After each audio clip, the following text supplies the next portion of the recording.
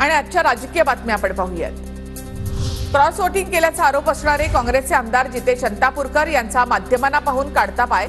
अंतापूरकर हे भाजपच्या वाटेवर असल्याची चर्चा। जागा वाटपासंदर्भात एकत्र बसून निर्णय घ्यावा। विधानसभेच्या जागा वाटपावर पवारांचं वक्तव्य। तसंच डाव्या पक्षांना काही जागा सोडण्याची शरद पवारांची सूचना। दिल्लीतील नीती आयोगाच्या बैठकीला इंडिया आघाडीचे मुख्यमंत्री जाणार नाहीत, संजय राऊतांची माहिती। भाजपने विधानसभेमध्ये 288 जागा लढवाव्यात, नारायण राणेंचं वक्तव्य। तर भाजप 288 जागा लढणार असल्यास महायुती कशालाही, नरेश मस्केंचा राणेंच्या वक्तव्यावर आक्षेप।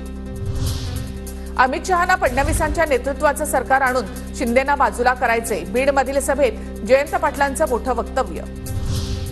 फडणवीसांकडे देशमुखांच्या कोणत्या क्लिप आहेत, बाहेर काढाव्यात, सामनातून देवेंद्र फडणवीसांना प्रति आव्हान। शिवसेना आमदार अपात्रता प्रकरणात सोमवारी सुनावणीची शक्यता। ठाकरे गटाच्या वकिलांकडून प्रकरण सुप्रीम कोर्टामध्ये मेन्शन केलं जाणार। सोमवारी किंवा 3 तारखेला सुनावणीची शक्यता।